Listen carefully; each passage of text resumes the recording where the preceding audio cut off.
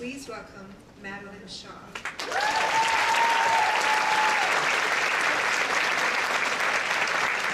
Do not get out of here until we've had a period talk. So, when I was an adolescent girl, right? Margaret. This was my favorite book. Surprise. I thought Judy Blume was reading my mind. Like Margaret, I was absolutely fascinated and in awe of the notion of becoming an adult woman and everything that it entailed. I could hardly wait. This is what I thought it would look like when I got my period. I thought I would be crowned with flowers, and I would be brought into a room of kind, gentle, wise women who would teach me all their secrets and initiate me into the grand feminine mystery. It was going to be awesome. And then, oh yeah, I realized that the world didn't necessarily share my and Margaret's enthusiasm for these things. But you know, every time I look at this sign, I wonder, is it because the person who made it honestly believes that menstruation is this really disgusting thing? Or perhaps that it's too powerful? Okay, so the fateful day arrived. I got my period. But there was no flowers, and there was no parade, and none of that. And you know, looking back at myself as a teenager, I wonder if my daring ideas were actually coming from a place of unmet personal stuff, Andrea. I wanted my cake, and I wanted my flowers, and I wanted someone to honor me in my transition from girlhood to womanhood. Instead, I ended up here. We know this place. Yeah, and I learned how to speak feminine protection and everything that it implies, that little bits of bleached plastic and whatnot were what were required to cleanse and control and conceal this thing that actually I wasn't supposed to talk about. And I started noticing the places where these products were consumed and disposed of. Public bathrooms. I know this is a really kind of slide, but that's kind of the point. These are lonely places. These do not celebrate us taking care of our bodies. It looks like a hospital. I'm feeling sick just walking through the door, right? I'm feeling scared. And these things don't get me started. Sealed for your protection. Whew! Like, you could put bombs in that, right? Oh. So much for, you know, your sacred holy temple of your body. I'm feeling more like a biohazard myself at this point. Oh my goodness. So, and then I wondered, where do all those pads and tampons go after they are so conveniently disposed of? Yeah, right? And I started wondering, I was appalled actually, at the amount of waste that's being created in the name of hygiene. Hygiene. And I thought maybe we've got it wrong. Maybe it's not menstruation that's gross.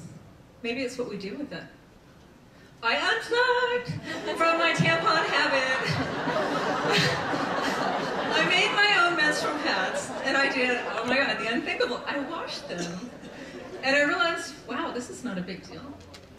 What happened? And then I realized, actually, I felt kind of liberated. I felt kind of better about who I was.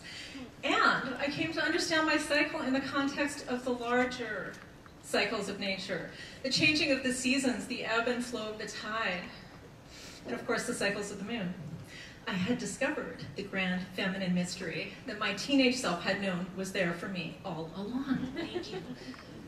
I set out to share this revelation with others, and Lunapads was born with the mission to create more positive and informed relationships between women, their bodies, and the earth. Our version of period panic is getting new pads in with little baby owls on them. They're so cute, you guys. It's amazing, I love it. The business took a whole other tangent in 2000 when we started hearing from girls like these ones in Ethiopia. And we learned from them that rather than aisles of pink plastic, girls in the developing world lacked access to feminine hygiene products of any description. And as a result, we're staying home from school for several days every month. Compromising their long-term education, we got involved. And we learned that our products actually had a really meaningful role to play in helping these girls go to school every day of the month, helping them get the education that just might save their lives and possibly even change the world. In 2008, we were contacted by a couple of really interesting characters, Paul and Sonia, and at the time they were these really sweet They're so in love. Working on a development project in Uganda, and via a volunteer from Vancouver, they came across our products. And they were aware of this whole thing with girls and periods in school and all of that. And they wrote to us and they said, hey, can we copy your products and start a business making them here in Uganda? We said, sure. Well, oh my gosh. 5 years later, AfroPads employs 65 women, people, actually 3 men now, and they have supplied over 120,000 girls with their products.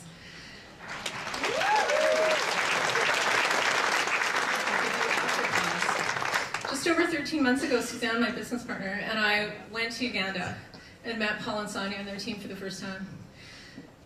And it was so amazing, you guys. And I sat back and I thought to myself, wow, how extraordinary that this crazy idea that some people thought a long time ago was kind of weird and kind of edgy was now preventing teenage pregnancy and creating employment halfway around the world. It's girls like this one that are going to change the game for everybody if they're given an education and given a chance. And people stop making them get married when they're teenagers.